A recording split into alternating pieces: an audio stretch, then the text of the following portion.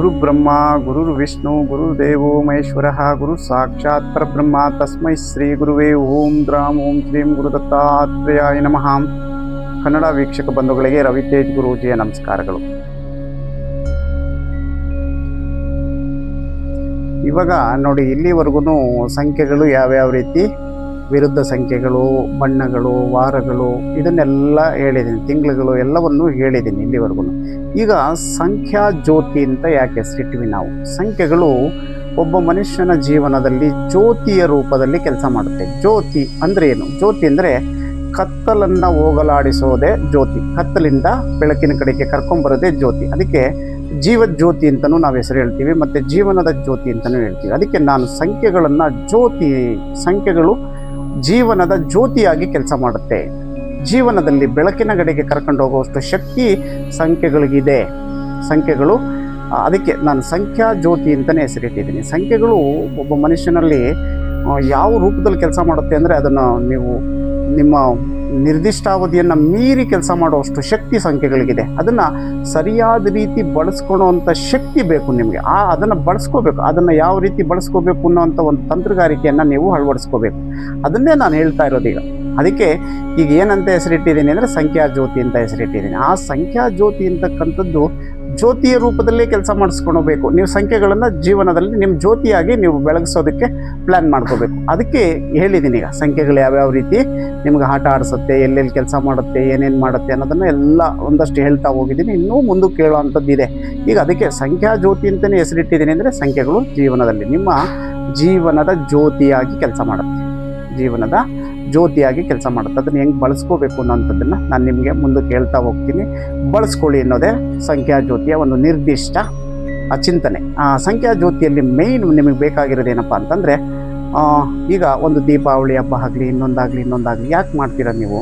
ಒಂದು ದೀಪಾವಳಿ ಹಬ್ಬ ಮಾಡಬೇಕು ಅಂತಂದರೆ ನಿಮ್ಮ ಕತ್ತಲಿಂದ ಬೆಳಕಿನ ಕಡೆಗೆ ಕರ್ಕೊಂಡು ಹೋಗ್ತಕ್ಕಂಥದ್ದೇ ದೀಪದ ಪ್ರತಿರೂಪವೇ ಸಂಖ್ಯಾ ಜ್ಯೋತಿ. ಅಂದರೆ ನಾನು ಏನು ಹೇಳಿಕೊಟ್ಟಿದ್ದೀನಿ ಅಂದರೆ, ಜ್ಯೋತಿ ಅಂತಕ್ಕಂಥದ್ದು ನಿಮ್ಮ ಜೀವನದಲ್ಲಿ ಒಂದು ದೀಪಾವಳಿ ಥರ ಬರಲಿ, ದೀಪಾವಳಿ ಥರನೇ ನಿಮ್ಮ ಜೀವನದಲ್ಲಿ ಕೆಲಸ ಮಾಡಲಿ, ದೀಪಾವಳಿ ಥರನೇ ನೀವು ಕತ್ತಲಿಂದ ಬೆಳಕಿನ ಕಡೆಗೆ ಬನ್ನಿ ಅನ್ನೋದೇ ಒಂದು ಒಳ್ಳೆ ಸಿದ್ಧಾಂತ. ಇದನ್ನು ನೀವು ಬಳಸ್ಕೊಂಡು ಈ ಬೆಳಕಿನ ಕತ್ತಲೆ ಬೆಳಕಿನ ಆಟ ಇದು ನೋಡಿ, ಇದು ಹೆಂಗೆ ಕೆಲಸ ಮಾಡುತ್ತೆ ನಿಮ್ಮ ಜೀವನದಲ್ಲಿ. ಕತ್ತಲಿಂದ ನೀವು ಬೆಳಕಿಗೆ ಹೆಂಗೆ ಬರಬೇಕು ಅನ್ನೋವಂಥದ್ದನ್ನು ನಾನು ಸಂಖ್ಯಾ ಜ್ಯೋತಿಯಲ್ಲಿ ಪ್ರತಿ ಹೆಜ್ಜೆಗೂ ಹೇಳ್ತಾ ಹೋಗ್ತೀನಿ. ಪ್ರತಿ ಹೆಜ್ಜೆಯಲ್ಲೂ ಇದ್ರ ಬಗ್ಗೆ ತಿಳಿಸ್ತಾ ಹೋಗ್ತೀನಿ. ನೀವು ಯಾವ ಥರ ಈ ಕತ್ತಲು ಬೆಳಕಿನ ಆಟವನ್ನು ಸರಿಯಾದ ರೀತಿ ಬೆಳಕಿನ ಕಡೆಗೆ ನಿಮ್ಮ ದಾರಿಯನ್ನು ನೀವು ದಿಕ್ಸೂಚಿ ಮಾಡಿಕೊಂಡ್ರಿ ಅಂತಂದರೆ, ಕತ್ತಲಿಂದ ನೀವು ಯಾವ ಥರ ಈಚೆಗೆ ಬರ್ಬೋದು. ಅಂದರೆ ಪ್ರತಿಯೊಬ್ಬ ಮನುಷ್ಯನು ಹುಟ್ಟಿದಾನೆ ಅಂದರೆ ಒಂದು ಸಂಖ್ಯೆಯಲ್ಲಿ 1ನೇ ತಾರೀಕಾಗಲಿ, 2ನೇ ತಾರೀಕಾಗಲಿ, 3ನೇ ತಾರೀಕಾಗಲಿ, 5ನೇ ತಾರೀಕಾಗಲಿ, 4ನೇ ತಾರೀಕಾಗಲಿ, 6ನೇ ತಾರೀಕು, 9ನೇ ತಾರೀಕು, 8ನೇ ತಾರೀಕು, 7ನೇ ತಾರೀಕು, ಯಾವುದಾದ್ರೂ ಒಂದು ತಾರೀಕು ಇದ್ದೇ ಇರುತ್ತೆ ನಿಮ್ಮ ಜೀವನದಲ್ಲಿ. ಯಾವುದಾದ್ರೂ ಒಂದು ತಾರೀಕಲ್ಲಿ ಹುಟ್ಟಿರ್ತೀರಿ. 1ರಿಂದ 31ನೇ ತಾರೀಕು ಒಳಗಡೆ ಒಬ್ಬ ಮನುಷ್ಯ ಹುಟ್ಟಿರಲೇಬೇಕು. ಅಂದರೆ ಹುಟ್ಟು ಎಷ್ಟು ನಿಮಗೆ ನಿರಾಳವಾಗಿ ಹುಟ್ಟಿ ಬಂದಿರ್ತೀರಿ, ಅದು ನಿಮ್ಮನ್ನು ಎಲ್ಲೆಲ್ಲಿ ಹುಡುಕುತ್ತೆ. ಸಂಖ್ಯೆಗಳು ಯಾವ ರೂಪದಲ್ಲಿ ನಿಮ್ಮನ್ನು ಹುಡುಕುತ್ತೆ, ಯಾವ ರೂಪದಲ್ಲಿ ನಿಮಗೆ ಕಷ್ಟಗಳನ್ನು ಕೊಡುತ್ತೆ, ಯಾವ ರೂಪದಲ್ಲಿ ನಿಮಗೆ ಬೆಳಕನ್ನು ಕೊಡುತ್ತೆ. ಅಂದರೆ ನೀವು ಕಷ್ಟಗಳಿಂದ ಹೆಂಗೆ ಪಾರಾಗಬೇಕು, ಸಂಖ್ಯಾ ಜ್ಯೋತಿಯಲ್ಲಿ ನೀವು ಕಷ್ಟದಿಂದ ಬೆಳಕಿನ ಕಡೆಗೆ ಹೆಂಗೆ ಬರಬೇಕು ಅನ್ನೋ ಒಂದು ಒಳ್ಳೆಯ ಉದ್ದೇಶ ಇಟ್ಕೊಂಡೇ ನಾನು ಸಂಖ್ಯಾ ಜ್ಯೋತಿ ಕಾರ್ಯಕ್ರಮವನ್ನು ಸ್ಟಾರ್ಟ್ ಮಾಡಿದ್ದೀನಿ, ಮತ್ತು ಸಂಖ್ಯಾ ಜ್ಯೋತಿ ಪ್ರೋಗ್ರಾಮನ್ನು ಕೊಡ್ತಾ ಇದ್ದೀನಿ. ಇದರಲ್ಲಿ ನೀವು ಬೆಳಕನ್ನು ಹೆಂಗೆ ಹುಡುಕಬೇಕು ಅನ್ನೋದನ್ನು ನಾನು ಈಸಿಯಾಗಿ, ತುಂಬ ಸರಳವಾಗಿ, ನೀವು ಯಾವುದೇ ಖರ್ಚು ವೆಚ್ಚಗಳನ್ನು ಇಲ್ಲದಲ್ಲೇ ನೀವು ಕತ್ತಲಿಂದ ಬೆಳಕಿನಿಗೆ ಬರ್ತಕ್ಕಂಥ ದಾರಿಯನ್ನು ತೋರಿಸ್ತಕ್ಕಂಥದ್ದೇ ಸಂಖ್ಯಾ ಜ್ಯೋತಿ. ಕತ್ತಲಿಂದ ಬೆಳಕಿಗೆ ನೀವು ಯಾವ ರೀತಿ ಬಂದು ನಿಂತ್ಕೋಬೇಕು ಅನ್ನೋ ಅಂಥ ಒಂದು ಒಳ್ಳೆ ಸಂಗತಿ, ಒಂದು ಒಳ್ಳೆ ದಾರಿನೇ ಸಂಖ್ಯಾ ಜ್ಯೋತಿ. ಈ ಸಂಖ್ಯಾ ಜ್ಯೋತಿಯನ್ನು ನೀವು ಬಳಸ್ಕೊಂಡ್ರಿ ಅಂತಂದರೆ, ಇದನ್ನು ನೀವು ಯಾವ ರೀತಿ ನಿಮ್ಮ ಜೀವನಕ್ಕೆ ಅಳವಡಿಸ್ಕೊಂಡಿದ್ದೀರಾ, ನಿಮ್ಮ ಜೀವನದ ಜೊತೆಗೆ ಇದನ್ನು ಹೊಂದಿಸ್ಕೊಂಡಿದ್ದೀರಾ, ನಿಮ್ಮ ಜೀವನದ ಜ್ಯೋತಿಯ ಜೊತೆಗೆ ಈ ಸಂಖ್ಯೆಗಳನ್ನು ಜ್ಯೋತಿಯ ರೂಪದಲ್ಲಿ ನೀವು ಯಾವಾಗ ಕಾಪಾಡ್ಕೋತೀರಿ, ನೀವು ಯಾವಾಗ ಹೊಂದಿಸ್ಕೋತೀರಿ, ನೀವು ಯಾವಾಗ ಇದ್ರ ಜೊತೆಗೆ ನಿಂತ್ಕೋತೀರಿ, ಆವಾಗ ನಿಮ್ಮ ಕತ್ತಲಿಂದ ಬೆಳಕಿನ ಕಡೆಯ ದಾರಿ ನಿಮಗೆ ಸುಲಲಿತವಾಗಿ ಈಸಿಯಾಗಿ ಸಂಖ್ಯಾ ಜ್ಯೋತಿ ರೂಪದಲ್ಲಿ ಸಿಗುತ್ತೆ. ಅದಕ್ಕೆ ನಾನು ಈ ಕಾರ್ಯಕ್ರಮಕ್ಕೆ, ಈ ಪ್ರೋಗ್ರಾಮ್ಗೆ ಸಂಖ್ಯಾ ಜ್ಯೋತಿ ಅಂತ ಹೆಸರಿಟ್ಟಿದ್ದೀನಿ. ಈ ಸಂಖ್ಯಾ ಜ್ಯೋತಿ ನಿಮಗೆ ಎಷ್ಟು ಕೆಲಸ ಮಾಡುತ್ತೆ, ಯಾವ ಥರ ಕೆಲಸ ಮಾಡುತ್ತೆ ಅನ್ನೋದನ್ನು ನಿಮಗಿನ್ನೂ ನೀವು ಮುಂದಿನ ಜೀವನದಲ್ಲಿ ಮತ್ತು ಮುಂದಿನ ಇದರಲ್ಲಿ ಹೇಳ್ತಾ ಹೋಗ್ತೀನಿ. ಇನ್ನೂ ಇದಕ್ಕೆ ಹೇಳೋವಂಥದ್ದು ಸಾಕಷ್ಟಿದೆ. ಈಗ ಸಂಖ್ಯಾ ಜ್ಯೋತಿಯಲ್ಲಿ ಇಲ್ಲಿವರೆಗೂ ಸಂಖ್ಯಾ ಜ್ಯೋತಿ ಅನ್ನೋದು ಏನು ಕೆಲಸ ಮಾಡುತ್ತೆ, ಯಾವ ಥರ ಆ ಒಬ್ಬ ಮನುಷ್ಯನ ಜೀವನದಲ್ಲಿ ಬೆಳಕು ಕತ್ತಲೆಯನ್ನು ಆಟ ಆಡಿಸುತ್ತೆ, ಅದನ್ನು ಯಾವ ಥರ ನೀವು ಬಳಸ್ಕೋಬೇಕು ಅನ್ನೋದ್ರ ಬಗ್ಗೆ ಒಂದಷ್ಟು ಕ್ಲೂ ಕೊಟ್ಟಿದ್ದೀನಿ, ಮಾಹಿತಿ ಕೊಟ್ಟಿದ್ದೀನಿ. ಮತ್ತು ಈಗ ಸಂಖ್ಯಾ ಜ್ಯೋತಿ ಪ್ರತಿಯೊಬ್ಬ ಮನುಷ್ಯನಲ್ಲೂ ಒಂದಲ್ಲ ಒಂದು ತಾರೀಕಲ್ಲಿ ಹುಟ್ಟಿರ್ತಾನೆ. ಆ ತಾರೀಕಿಗೆ ಒಂದು ವರ್ಷ, ಈಗ ಸಂಖ್ಯಾ ಜ್ಯೋತಿ ವರ್ಷದ ಆಟಗಳು ಯಾವ್ಯಾವ ಥರ ಪ್ರತಿಯೊಬ್ಬ ಮನುಷ್ಯನಿಗೂ ಒಂದೊಂದು ವರ್ಷ ಒಳ್ಳೆಯದಾಗುತ್ತೆ, ಒಂದೊಂದು ವರ್ಷ ಕೆಡಕನ್ನು ಸೃಷ್ಟಿ ಮಾಡ್ತಾ ಹೋಗುತ್ತೆ. ಯಾವ ವರ್ಷಗಳಲ್ಲಿ ಯಾವ್ಯಾವ ಥರ ಆಟ ಆಡಿಸುತ್ತೆ, ಯಾಕೆ ಆಟ ಆಡಿಸುತ್ತೆ, ಯಾಕೆ ಈ ಸಂಖ್ಯೆಗಳು ಈ ವರ್ಷಗಳಲ್ಲಿ ಇಂತಿಂಥದ್ದೇ ಆಟ ಆಡಿಸ್ತವೆ, ಯಾರಕ್ಕೆ ಈಗ ಒಂದು ಸಂಖ್ಯೆ ಅಂದಮೇಲೆ ಒಂದು ವರ್ಷಕ್ಕೆ ಈ ವರ್ಷಕ್ಕೆ ಮಿತ್ರ ಸಂಖ್ಯೆ ಆಗಬೇಕು, ಇಲ್ಲ ಶತ್ರು ಸಂಖ್ಯೆ ಆಗಬೇಕು. ಅದು ಕೂಡ ಈಗ ನೋಡಿ ವರ್ಷಗಳಲ್ಲಿ ಯಾವ ಥರ ಆಟ ಆಡಿಸುತ್ತೆ ಅನ್ನೋದನ್ನು ಮೀರಿ ಈಗ ವರ್ಷಗಳಾದಮೇಲೆ ಅದೇ ವರ್ಷದಲ್ಲಿ ತಿಂಗಳುಗಳಲ್ಲಿ ಇನ್ನೂ ಆಟ ಆಡಿಸ್ಬಿಡ್ತವೆ. ಈಗ ನೋಡಿ ಈ ವರ್ಷ ಯಾವುದೋ ಒಂದು ಸಂಖ್ಯೆಗೆ ಆಗಲ್ಲ, ಒಂದು ಸಂಖ್ಯೆ ಅಂತಂದರೆ ಈಗ 2025 ಇಂಥದ್ದೇ ಒಂದು ಸಂಖ್ಯೆಗೆ ಆಗಲ್ಲ ಅಂತ ಇದೆ. ಆ ಸಂಖ್ಯೆಗೆ ಈ ವರ್ಷದಲ್ಲಿ ಇಂತಿಂಥ ತಿಂಗಳುಗಳೇ ಇದ್ದಾವೆ ಅನ್ನೋದು ಕೂಡ ತುಂಬ ದೊಡ್ಡ ಸಬ್ಜೆಕ್ಟ್ ಇದು. ತುಂಬ ಹೆಂಗಿದೆ ಅಂತ ಅಂದರೆ ಇದು ಒಂದು ಅದ್ಭುತವಾದ ವಿಚಾರಧಾರೆಯನ್ನು ಇದರಲ್ಲಿ ನೀವು ತಿಳ್ಕೊಬೋದು. ಅಂದರೆ ನಿಮ್ಮ ಕಷ್ಟಗಳನ್ನು ನೀವು ಯಾವ ಥರ ನಿರಾಳವಾಗಿ ದೂರ ಇಡೋದಕ್ಕೆ ಇದು ಒಂದು ದೊಡ್ಡ ಮೆಡಿಷನ್ ಅಂತ ತಿಳ್ಕೊಬೋದು ನೀವು. ಹೆಂಗೆ ಅಂದರೆ ಸಂಖ್ಯೆಗಳು ಎಷ್ಟು ಕೆಲಸ ಮಾಡ್ತಿದೆ ಅಂದರೆ ನೀವು ಅದನ್ನು ನಿಜವಾಗಿ ಬಳಸ್ಕೊಳ್ಳಿ ಅನ್ನೋದೇ ನನ್ನ ಮೂಲ ಗುರಿ. ಸಂಖ್ಯೆಗಳು ಹೆಂಗೆ ಅಂದರೆ ಎಲ್ಲೆಲ್ಲಿ ಆಟ ಆಡಿಸುತ್ತೆ, ಎಲ್ಲೆಲ್ಲಿ ಸಿಕ್ಕಾಕ್ಸುತ್ತೆ, ನಿಮ್ಗೆ ಎಲ್ಲೆಲ್ಲಿ ಕೆಡವುತ್ತೆ, ಎಲ್ಲೆಲ್ಲಿ ಎದ್ದೇಳಿಸುತ್ತೆ, ಯಾಕೆ ಈ ವರ್ಷವೇ ನೀವು ಬಿದ್ದಿದ್ದೀರಾ ಅಂತ ನೀವು ಚಿಂತನೆ ಮಾಡೋದಾದರೆ ಈ ವರ್ಷ ನಿಮ್ಗೆ ಇಂಥದ್ದೇ ಇದೆ. ಈಗ ಈ ವರ್ಷ ಎಕ್ಸಾಂಪಲ್ ಹೇಳೋದಾದರೆ ಈ ವರ್ಷ ನಿಮ್ಗೆ 2025 ಈ ವರ್ಷವನ್ನು ಆಳ್ತಕ್ಕಂಥ ಗ್ರಹ ಬಂದು ಮಂಗಳ ಅಂದರೆ ಬೆಂಕಿ.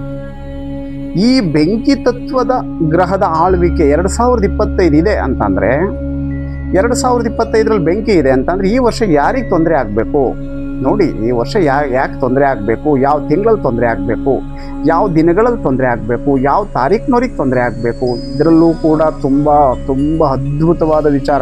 ಈ ಜ್ಯೋತಿಷ್ಯದಲ್ಲಿ ಇಷ್ಟೊಂದು ಅಂದರೆ ಸೂಕ್ಷ್ಮವಾಗಿ ತಿಳಿಸ್ತಕ್ಕಂಥ ವಿಚಾರಗಳನ್ನು ಯಾರೂ ತಿಳಿಸಿರಲ್ಲ. ಒಂದು ತಾರೀಕು ಹೆಂಗೆ ಕೆಲಸ ಮಾಡುತ್ತೋ ಆ ತಾರೀಕಿಗೆ ಮಿತ್ರ ನಕ್ಷತ್ರ ಇದೆ, ಮಿತ್ರ ದೇವತೆ ಇದೆ, ಮಿತ್ರ ವೃಕ್ಷ ಇದೆ, ಮತ್ತು ಮಿತ್ರ ವಾರಗಳಿದ್ದಾವೆ, ಮಿತ್ರ ಬಣ್ಣಗಳಿದ್ದಾವೆ, ಮಿತ್ರ ಕಲರ್ಸ್ ಎಲ್ಲವೂ ಕೂಡ ನಿಮಗೆ ಕೆಲಸ ಮಾಡುತ್ತೆ. ಪ್ರತಿಯೊಂದನ್ನು ಕೂಡ ನೀವು ಈಸಿಯಾಗಿ ಇದನ್ನು ಎಷ್ಟು ನೀಟಾಗಿ ತಿಳ್ಕೊತ ಬರ್ತೀರೋ ನಿಮ್ಮ ಕತ್ತಲನ್ನು ನೀವು ಈಸಿಯಾಗಿ ದೂರ ತಳ್ತಾ ಬರ್ತೀರಿ. ಅದಕ್ಕೆ ನಾನು ಸಂಖ್ಯಾ ಜ್ಯೋತಿಯಲ್ಲಿ ಕತ್ತಲು ಮತ್ತು ಬೆಳಕಿನ ಆಟ ಅನ್ನೋದನ್ನು ಹೆಸರು ಹೇಳಿ ಇಟ್ಟಿದ್ದೀನಿ. ಇದನ್ನು ಸರಿಯಾದ ರೀತಿ ನೀವು ಬಳಸ್ಕೋಬೇಕು ಅನ್ನೋದು ನನ್ನ ಮೂಲ ಗುರಿ. ಯಾಕೆಂದರೆ ಈಗ ವರ್ಷ ಯಾವ ರೀತಿ ಆಪೋಸಿಟಾಗಿ ಕೆಲಸ ಮಾಡುತ್ತೆ ಅಂತ ಹೇಳಿದೆ. ಈ ವರ್ಷಗಳು ಯಾವ ರೀತಿ ಆಪೋಸಿಟಾಗಿ ಕೆಲಸ ಮಾಡುತ್ತೋ ಅಷ್ಟೇ ಈಸಿಯಾಗಿ ಒಳ್ಳೆಯದನ್ನು ಮಾಡಿಕೊಟ್ಬಿಡ್ತವೆ. ಈಗ ಆ ಒಳ್ಳೇದು ಮಾಡೋ ಅಂಥದ್ದಕ್ಕೆ ಯಾವ ಸಂಖ್ಯೆಗಳು ಸಪೋರ್ಟ್ ಮಾಡ್ತವೆ, ಕೆಟ್ಟದ್ದು ಮಾಡೋದಕ್ಕೆ ಯಾವ ಸಂಖ್ಯೆಗಳು ವಿರುದ್ಧವಾಗಿ ನಿಂತ್ಕೊಳ್ತವೆ. ಸಂಖ್ಯೆಗಳು ಎಷ್ಟು ತೊಂದರೆ ಕೊಡ್ತವೆ ಅಂತ ಅಂದರೆ ಈಗ ನೀವು ಇದನ್ನು ನಿದರ್ಶನವಾಗಿ ತೊಗೊಂಡ್ಬಿಡ್ಬೋದು. ಈ ಸಂಖ್ಯೆಗಳನ್ನು ನೀವು ಸರಿಯಾದ ರೀತಿ ಫಾಲೋ ಅಪ್ ಮಾಡಲಿಲ್ಲ, ಈ ಸಂಖ್ಯೆಗಳು ತುಂಬ ಕ್ರೂರವಾಗಿ ಕೆಲಸ ಮಾಡ್ತಿದ್ದಾವೆ ನಿಮ್ಮ ಜಾತಕದಲ್ಲಿ ಅಂತಂದರೆ ಅದು ನಿಮ್ಮನ್ನು ಏನು ಬೇಕಾದರೂ ಮಾಡುತ್ತೆ. ಅಂದರೆ ಜೈಲಿಗೆ ತಗೊಂಡೋಗಿ ಕೂರಿಸ್ಬೋದು, ಬೇಡದೇ ಇರೋ ಕಷ್ಟಗಳನ್ನು ವಿಪರೀತ ಸಾಲಗಾರರನ್ನಾಗಿ ಮಾಡ್ಕೋಬೋದು, ವಿಪರೀತ ಬೇಡದೇ ಇರೋ ಬಡ್ಡಿ ವ್ಯವಹಾರಗಳನ್ನು ಮಾಡಿ ನೀವು ಕೊಟ್ಟಿರೋ ದುಡ್ಡುಗಳು ನಿಮಗೆ ವಾಪಸ್ ಬರಲ್ಲ. ನಿಮ್ಮ ದುಡ್ಡೇ ನಿಮ್ಮ ಕೈಗೆ ಸಿಕ್ಕಲ್ಲ, ನಿಮ್ಮ ಹತ್ರನೇ ಇರುತ್ತೆ, ನಿಮ್ಮದೇ ದುಡ್ಡಿರುತ್ತೆ. ನೀವೇ ಗೊತ್ತಿಲ್ಲದಲ್ಲೇ ಈ ವರ್ಷ ನಿಮ್ಗೆ ಹಿಂಗಿದೆ ಅನ್ನೋದು ತಿಳ್ಕೊಳ್ಳೋದಲ್ಲೇ ನೀವೇನಾದರೂ ಈ ತೊಗೊಂಡೋಗಿ ಯಾರಿಗೋ ಕೊಟ್ರಿ, ಅವನ ಮೇಲೆ ತುಂಬ ಅಪಾರವಾದ ನಂಬಿಕೆ ಇಟ್ಟು ಕೊಟ್ರಿ, ವ್ಯವಹಾರ ಕೊಟ್ರಿ, ಇನ್ನೊಂದು ಕೊಟ್ರಿ, ಏನಕ್ಕೋ ಕೊಟ್ರಿ, ಖಂಡಿತ ನಿಮ್ಗೆ ವಾಪಸ್ ಬರಲ್ಲ. ಯಾವಾಗ ನೀವು ದುಡ್ಡು ಕೊಡಬೇಕು, ದುಡ್ಡನ್ನ ಈಗ ಕೊಡಬೇಕಾ ಬೇಡವಾ, ಈ ದುಡ್ಡನ್ನು ನೀವು ಕೊಟ್ಟು ವ್ಯವಹಾರ ಮಾಡಿದರೆ ನನಗೆ ವಾಪಸ್ ಬರುತ್ತಾ, ಮತ್ತು ಈ ಟೈಮು ನಾನು ಇದನ್ನು ಮಾತಾಡಬೇಕಾ, ಈ ಟೈಮು ಈ ವರ್ಷದಲ್ಲಿ ನಾನು ಹೆಂಗಿರಬೇಕು, ಈ ವರ್ಷ ನನಗೆ ಯಾವ ಥರ ಕೆಲಸ ಮಾಡುತ್ತೆ, ಈ ವರ್ಷ ನನಗೆ ಮಿತ್ರ ತಾರೇನಾ, ವಿಪತ್ತು ತಾರೇನಾ, ಮತ್ತು ಶತ್ರು ತಾರೇನಾ, ಇದನ್ನು ನೀವು ತಿಳ್ಕೋಬೇಕು. ಈಗ ವರ್ಷಗಳಲ್ಲೂ ಕೂಡ ಒಂದು ವಿರುದ್ಧ ವರ್ಷ ಅಂತ ಹುಟ್ಕೊಂತು ಅದು ನಿಮ್ಮ ವಿರುದ್ಧವಾಗಿ ಕೆಲಸ ಮಾಡೋಕ್ಕೆ ನಿಂತ್ಕೊತು ಅಂತಂದರೆ ನೀವು ತುಂಬ ಈಸಿಯಾಗಿ ಬಿದ್ದೋಗ್ಬಿಡ್ತೀರಿ. ವಿರುದ್ಧ ವರ್ಷಗಳನ್ನು ನೀವು ತಿಳ್ಕೊಳ್ಳಿಲ್ಲ ಅಂತಂದರೆ. ಅದೇ ನಿಮಗೆ ಈ ಒಂದು ವರ್ಷ, ಈ ವರ್ಷ ನಿಮಗೆ ಮಿತ್ರತಾರಿ ಆಗಿತ್ತು, ನೀವು ಹುಟ್ಟಿರ್ತಕ್ಕಂಥದ್ದು ಒಂದು ಸಂಖ್ಯೆಗೆ ಈ ವರ್ಷ ತುಂಬ ಸಪೋರ್ಟಿವ್ ಆಗಿದೆ ಅಂತ ಅಂದ್ಕೊಳ್ಳಿ. ನಿಮ್ಮ ಶ್ರಮ ಕಮ್ಮಿ ಇರುತ್ತೆ, ನೀವು 25% ಕೆಲಸ ಮಾಡ್ತೀರಿ, 75% ದೇವ್ರು ಕೊಟ್ಬಿಡ್ತಾನೆ. 75% ದೇವ್ರು ಕೊಟ್ಬಿಡ್ತಾನೆ. ಇದೇ ಈ ಸಂಖ್ಯಾ ಜ್ಯೋತಿಯ ವಿಶಿಷ್ಟತೆ ಅಂದರೆ ಇದನ್ನು ನೀವು ಹೆಂಗೆ ಬಳಸ್ಕೋತೀರಾ ಅಂದರೆ ನಿಮ್ಮ ಜೀವನದಲ್ಲಿ ತುಂಬ ಬೆಳಕನ್ನು ನೀವು ಈಸಿಯಾಗಿ ಬೆಳಕನ್ನು ನೀವು ಹುಡುಕ್ಬೋದ್ರಿ. ಅಂದರೆ ಆ ಬೆಳಕನ್ನು ನೀವು ಯಾವ ಥರ ಹುಡುಕೊಂತೀರ ಅನ್ನೋದೇ ನಿಮ್ಮ ಈ ಸಬ್ಜೆಕ್ಟಿನ ಒಂದು ವಿಶೇಷ ಅರ್ಥ. ಇದು ಎಲ್ಲಿ ಕೆಲಸ ಮಾಡುತ್ತೆ ಅನ್ನೋದನ್ನು ಹೇಳ್ತೀನಿ. ಈಗ ಇನ್ನೊಂದು ಏನಪ್ಪ ಅಂತಂದರೆ, ಈಗ ಬರೀ ಏನರಲ್ಲಿ ಹೇಳಿದೆ, ವರ್ಷಗಳ ಹಠ ಹೇಳಿದೆ, ವಿದ್ಯಾಭ್ಯಾಸದಲ್ಲೂ ನಿಮ್ಮನ್ನು ಆಟ ಆಡಿಸುತ್ತೆ. ವಿದ್ಯಾಭ್ಯಾಸದಲ್ಲಿ ನೀವು ಓದಬೇಕು. ಈ ವರ್ಷ ನಿಮ್ಗೆ ಹೆಂಗಿದೆ, ಈ ವರ್ಷ ಈಗ ಯಾರು ಎಕ್ಸಾಂಪಲ್ ಹೇಳ್ತೀನಿ, ಈ ವರ್ಷ ಒಂದು ನಿಮ್ಗೆ ಆಪೋಸಿಟ್ ವರ್ಷ ಅಂತ ಇದನ್ನು ನೀವು ತಿಳ್ಕೊಬೇಕು. ಹೆಂಗೆ ತಿಳ್ಕೊಬೇಕು? ಈಗ ನೀವು ಹುಟ್ಟಿರೋ ತಾರೀಕು ಯಾವುದು, ನೀವು ಹುಟ್ಟಿರೋದು ಒಂದು ತಾರೀಕು ಹುಟ್ಟಿರ್ತೀರಿ, ಒಂದು ತಿಂಗಳು ಹುಟ್ಟಿರ್ತೀರಿ, ಒಂದು ಇಸ್ವಿ ಇರುತ್ತೆ. ಇವೆಲ್ಲವನ್ನು ಕೂಡಿದಾಗ ಒಂದು ಡೆಸ್ಟಿನಿ ಸಂಖ್ಯೆ ಅಂತ ಬರುತ್ತೆ. ಈ ಡೆಸ್ಟಿನಿ ಸಂಖ್ಯೆ ಮತ್ತು ಜನ್ಮ ಸಂಖ್ಯೆ ಇವೆರಡೂ ಕೂಡ ನಿಮಗೆ ಹೆಂಗಿದೆ, ಮಿತ್ರ ಸಂಖ್ಯೆನ ಶತ್ರು ಸಂಖ್ಯೆನ, ಇದರಲ್ಲೂ ಕೂಡ ನಿಮ್ಮ ಜೀವನದ ಶೈಲಿ ಹೆಂಗಿರುತ್ತೆ, ನೀವು ಯಾವ ಥರ ಇರ್ತೀರಾ, ನಿಮ್ಮ ಭವಿಷ್ಯ ಹೆಂಗಿರುತ್ತೆ, ನಿಮ್ಮ ಭವಿಷ್ಯಕ್ಕೆ ಯಾವ್ಯಾವ ಗ್ರಹಗಳು ವಿಪತ್ತು ಉಂಟು ಮಾಡ್ತವೆ, ಯಾವ್ಯಾವ ಗ್ರಹಗಳು ಮಿತ್ರರಾಗಿ ಕೆಲಸ ಮಾಡ್ತವೆ, ಯಾಕೆ ಇವರು ಶತ್ರುಗಳಾಗಿ ಕೆಲಸ ಮಾಡ್ತಾರೆ, ಯಾಕೆ ಇವರು ಮಿತ್ರರಾಗಿ ಕೆಲಸ ಮಾಡ್ತಾರೆ, ಅದನ್ನು ನೀವು ತಿಳ್ಕೊಬೇಕು. ಅದನ್ನು ಸರಿಯಾದ ರೀತಿ ತಿಳ್ಕೊಂಡು ಈ ವರ್ಷ ನಾನು ಶ್ರಮ ಪಡಬೇಕು, ಈ ವರ್ಷ ದೈವಾರಾಧನೆಗಳನ್ನು ಮಾಡ್ಕೋಬೇಕು, ಮಂತ್ರ ಜಪಗಳನ್ನು ಮಾಡ್ಕೋಬೇಕು, ತಂತ್ರ ಜಪಗಳನ್ನು ಮಾಡ್ಕೋಬೇಕು. ಇದನ್ನೆಲ್ಲ ನೀವು ಮಾಡ್ಕೊತ ಹೋದಾಗ ನಿಮ್ಮ ವಿದ್ಯಾಭ್ಯಾಸದಲ್ಲೂ ಕೂಡ ನೀವು ಈ ವರ್ಷ ಎಷ್ಟೇ ಓದಿದ್ರೂ ಮರ್ತೋಗುತ್ತೆ, ಜ್ಞಾಪಕ ಇಲ್ದಂಗಾಗುತ್ತೆ. ಏನೋ ಒಂದು ಆ ಎಕ್ಸಾಮ್ ಬರೆಯೋಕ್ಕೆ ಹೋದಾಗ ಎಕ್ಸಾಮಲ್ಲಿ ಎಲ್ಲ ಚೆನ್ನಾಗಿ ಓದ್ಕೊಂಡು ಹೋಗಿರ್ತೀರಿ, ಎಕ್ಸಾಮ್ ಹಾಲಲ್ಲಿ ಬರೆಯೋದಕ್ಕೆ ಬರಲ್ಲ. ಆವಾಗ ಏನು ಮಾಡಬೇಕು, ಈ ನಿಮ್ಗೆ ಆಪೋಸಿಟ್ ಆಗಿರೋ ವರ್ಷಗಳನ್ನು ನೀವು ಆಯ್ಕೆ ಮಾಡಿಕೊಂಡಾಗ ಇದು ಗೊತ್ತಾಗಬೇಕು ನಿಮಗೆ. ನೀವು ತಿಳ್ಕೋಬೇಕು, ಈ ವರ್ಷ ನನ್ನ ಎಷ್ಟೇ ಶ್ರಮ ಪಟ್ಟರು ನನಗೆ ಈ ವರ್ಷ ನಂದಲ್ಲ, ಈ ವರ್ಷದಲ್ಲಿ ನಾನು ದೈವದ ಮೊರೆ ಹೋಗಬೇಕು. ದೈವದ ಅಂದರೆ ನಿಮ್ಮ ಜಾತಕಕ್ಕೆ ಅತಿದೈವ ಅಂತ ಇದೆ. ಅತಿದೈವದ ಮೊರೆಯನ್ನು ಹೋಗಿ ಅದನ್ನು ಆರಾಧನೆ ಮಾಡಿಕೊಂಡು ಅದರ ಫಲಾಫಲಗಳನ್ನು ಪಡ್ಕೊಂಡ್ರೆ ಒಂದಷ್ಟು ಕಷ್ಟಗಳಿಂದ ನೀವು ಈಚೆ ಬರ್ತೀರಿ. ಅಂದರೆ ಕತ್ತಲಿಂದ ಬೆಳಕಿನ ಕಡೆಗೆ ಹೊರಡ್ತೀರಿ. ಅದೇ ಈ ಸಂಖ್ಯಾಜ್ಯೋತಿಯ ವಿಶಿಷ್ಟ.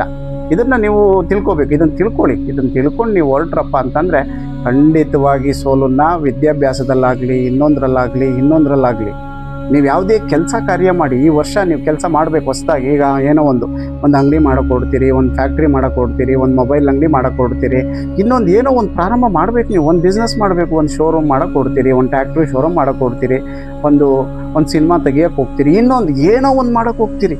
ಇದನ್ನು ಮಾಡೋಕ್ಕೆ ಹೋಗ್ತಿದ್ದೀರಾ ಅಂದರೆ ಈ ಸಂಖ್ಯೆ ಈ ವರ್ಷಕ್ಕೆ ಮಿತ್ರನ ಶಕ್ತಿ. ಇಷ್ಟೊಂದು ತಿಳ್ಕೊಬೇಕು. ಈಗ ಸಂಖ್ಯಾಜ್ಯೋತಿ ಬಗ್ಗೆ ಹೇಳಕೊಟ್ಟಿದ್ದೆ ಅಲ್ವ. ಸಂಖ್ಯಾಜ್ಯೋತಿ ಅಂದರೆ ಏನು, ಸಂಖ್ಯಾಜ್ಯೋತಿ ಯಾವ್ಯಾವ ರೂಪದಲ್ಲಿ ಕೆಲಸ ಮಾಡುತ್ತೆ, ಹೆಂಗೆ ಕೆಲಸ ಮಾಡುತ್ತೆ, ಸಂಖ್ಯಾಜ್ಯೋತಿ ಎಲ್ಲೆಲ್ಲಿ ಮನುಷ್ಯನ ಹುಡುಕುತ್ತೆ ಅನ್ನೋದನ್ನು. ಈಗ ಒಂದು ಸಂಖ್ಯಾಜ್ಯೋತಿ ಅಂತಕ್ಕಂಥದ್ದು ಗ್ರಹಗಳು ಕ್ರೂರರಾದಾಗ ಮತ್ತು ಅಷ್ಟಮ ಸ್ಥಾನದ ಗ್ರಹಗಳು ನಡೆಯೋಕ್ಕೆ ಶುರು ಮಾಡಿದಾಗ ಏನೇನು ಮಾಡುತ್ತೆ ಅನ್ನೋದನ್ನು ನಾನು ಸಂಖ್ಯಾಜ್ಯೋತಿಯಲ್ಲಿ ಹೇಳಕೊಟ್ಟಿದ್ದೀನಿ. ಸಂಖ್ಯಾಜ್ಯೋತಿ ಹೆಂಗೆ ಕೆಲಸ ಮಾಡುತ್ತಪ್ಪ ಅಂತಂದರೆ, ಒಬ್ಬ ಮನುಷ್ಯನಿಗೆ ಗ್ರಹಗತಿಗಳು ಕೆಟ್ಟು ಸಂಖ್ಯೆಗಳು ಏನಾದ್ರೂ ವಿರುದ್ಧ ಸಂಖ್ಯೆಯಾಗಿ ನಿಂತ್ಕೊತ್ತು ಅಂತಂದರೆ ತುಂಬ ಕಷ್ಟಪಡಿಸ್ಬಿಡುತ್ತೆ. ಸಂಖ್ಯೆಗಳು ಅಷ್ಟೇ, ಸಂಖ್ಯೆಗಳು ಕೆಟ್ಟಾಗಲೇ ಈ ತಂತ್ರಗಾರಿಕೆ, ಮಾಂತ್ರಿಕ ಕೆಲಸಗಳು, ಶತ್ರುಗಳ ಕಾಟ ಇದೆಲ್ಲವೂ ಕೂಡ ಶುರುವಾಗ್ಬಿಡುತ್ತೆ. ನಿಮಗೆ ಸಂಖ್ಯೆ ಈಗ 1ನೇ ತಾರೀಕಲ್ಲಿ ಹುಟ್ಟಿರ್ತಿ, ಈಗ ಆಪೋಸಿಟ್ ಸಂಖ್ಯೆ 2024 ಅಂತ ಇಟ್ಕೊಳ್ಳಿ ಎಕ್ಸಾಂಪಲ್. 2024 1ನೇ ತಾರೀಕು 1/10/1928ನೇ ತಾರೀಕಿನವ್ರಿಗೆ. ಇದನ್ನು ಸುಮ್ಮನೆ ನಿಮಗೆ ಕ್ಲೂ ಕೊಡ್ತಾ ಇದ್ದೀನಿ. ಇದನ್ನು ರಿಯಾಲಿಟಿ ಅಲ್ಲ, ಇದಕ್ಕೆ ಇನ್ನೂ ತುಂಬ ವಿಶೇಷ ಮಾಹಿತಿಯನ್ನು ಕೊಟ್ಟು ಹೇಳ್ತೀನಿ ನಾನು ಹೆಂಗೆ ಹೇಳಬೇಕು ಅನ್ನೋದನ್ನು. ನಿಮಗೆ ನಿಜವಾಗಿ ಇದರ ಅರ್ಥ ತಿಳ್ಕೋಬೇಕು. ಪ್ರತಿಯೊಂದು ಸಂಖ್ಯೆಯನ್ನು ವಿವರಣೆ ಕೊಟ್ಟು ಅದು ಯಾಕೆ ಕೆಲಸ ಮಾಡುತ್ತೆ, ನಿಮ್ಮನ್ನು ಎಲ್ಲಿ ಕೆಡುತ್ತೆ, ಯಾವ ತಿಂಗಳಲ್ಲಿ ಕೆಡುತ್ತೆ, ಯಾವ ಥರ ಕೆಡುತ್ತಾರೆ, ಇದನ್ನು ಹೆಂಗೆ ಬಳಸ್ತಾರೆ ಜನ ಅನ್ನೋದನ್ನು ನಾನು ನಿಮಗೆ ತಿಳಿಸ್ಕೊಡ್ತೀನಿ. ಇದನ್ನು ನೋಡಿ ನೀವು ಇದು ಹೆಂಗೆ ಕೆಲಸ ಮಾಡುತ್ತೆ ಅನ್ನೋದನ್ನು ನಾನು ನಿಮಗೆ ವಿವರವಾಗಿ ಕೊಡ್ತೀನಿ. ಒಂದು ಮನುಷ್ಯನಿಗೆ ಈಗ 2024 ಇದರವರೆಗೆ ಅದು ಶನಿಯ ವರ್ಷ, ಶನಿ ಆಳ್ತಿರ್ತಕ್ಕಂಥ ವರ್ಷ. ಈ ವರ್ಷದಲ್ಲಿ ನೋಡಿ ಯಾರ್ಯಾರು ಬಿದ್ದೋಗಿದ್ದಾರೆ ಅನ್ನೋದನ್ನು ಒಂದು ಎಕ್ಸಾಂಪಲ್ ಕೊಡ್ತೀನಿ. 1ನೇ ತಾರೀಕಿನವರು ತುಂಬ ಕ್ಲೀನ್ ಬೋರ್ಡ್, 1/10/1928 ಇವರು ಕ್ಲೀನ್ ಬೋರ್ಡ್, ಅವರು ಕೂಡ ಬಿದ್ದೋದ್ರು.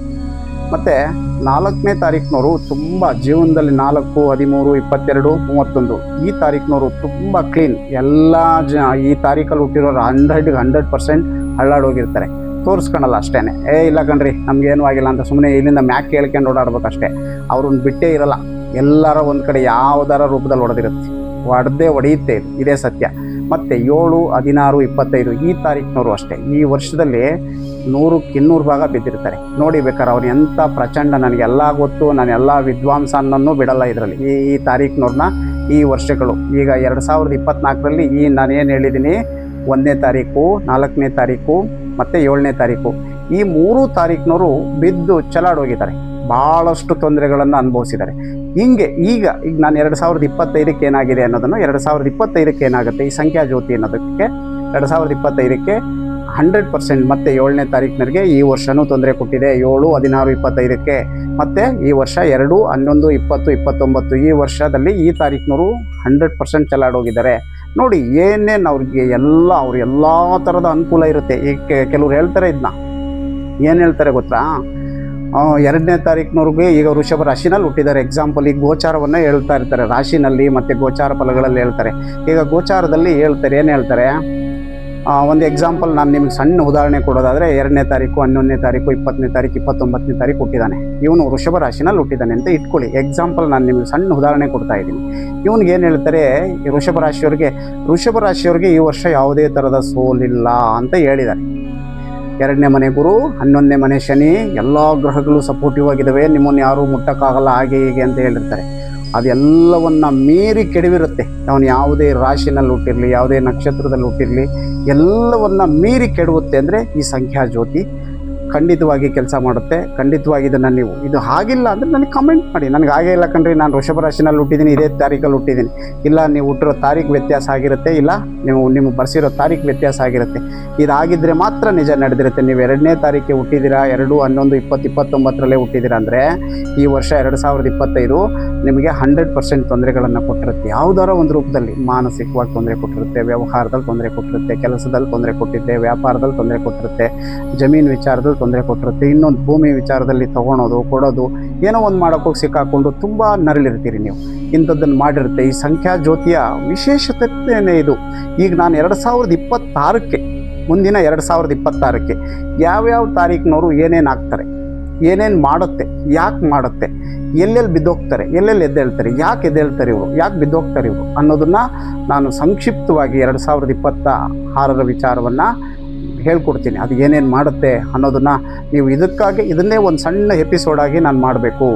ಅಂದರೆ 2026 ಸಂಖ್ಯಾ ಜ್ಯೋತಿಯ 2026 ಅಂದರೆ ಯಾವ ರೂಪದಲ್ಲಿ ಯಾರಿಗೆ ಸಂಖ್ಯೆಗಳು ಜ್ಯೋತಿ ಆಗುತ್ತೆ, ಯಾರಿಗೆ ಕತ್ತಲೆ ಕಡೆಗೆ ಕರ್ಕೊಂಡು ಹೋಗುತ್ತೆ. ಆ ಕತ್ತಲೆ ಕಡೆಗೆ ಹೋಗ್ತಕ್ಕಂಥವ್ರನ್ನ ಯಾರನ್ನು ಕರ್ಕೊಂಡು ಹೋಗುತ್ತೋ ಅವರು ಬೆಳಕನ್ನು ಹೆಂಗೆ ಹುಡುಕೋಬೇಕು, ಅವರು ಕತ್ತಲಿಂದ ಹೆಂಗೆ ಈಚೆ ಬರಬೇಕು, ಕತ್ತಲನ್ನು ದೂರ ತಳ್ಳೋದು ಹೆಂಗೆ, ಕತ್ತಲಿದ್ದ ಬೆಳಕಿನ ಕಡೆಗೆ ನಾವು ಬರೋದು ಹೆಂಗೆ ಅನ್ನೋದನ್ನು ನೀವು ಹುಡುಕಬೇಕು ಅನ್ನೋದೇ ನನ್ನ ಸಂಖ್ಯಾ ಜ್ಯೋತಿಯ ಮೂಲ ಕಾನ್ಸೆಪ್ಟ್. ಈ ಕಾನ್ಸೆಪ್ಟನ್ನು ನೀವು ನೋಡಿ, ನಿಮ್ಗೆ ಏನೇ ಅಂದ್ರೂ, ಏನೇ ವಿಚಾರ ಇದ್ರೂ ನೀವು ನಮ್ಮ ಜೊತೆ ಕಮೆಂಟ್ ಮಾಡಿ. ಕೆಳಗಡೆ ಲೈಕ್ ಬರ್ತಾ ಇರುತ್ತೆ, ಸಬ್ಸ್ಕ್ರೈಬ್ ಮಾಡಿ, ತಿಳಿಸಿ ವಿಚಾರನ.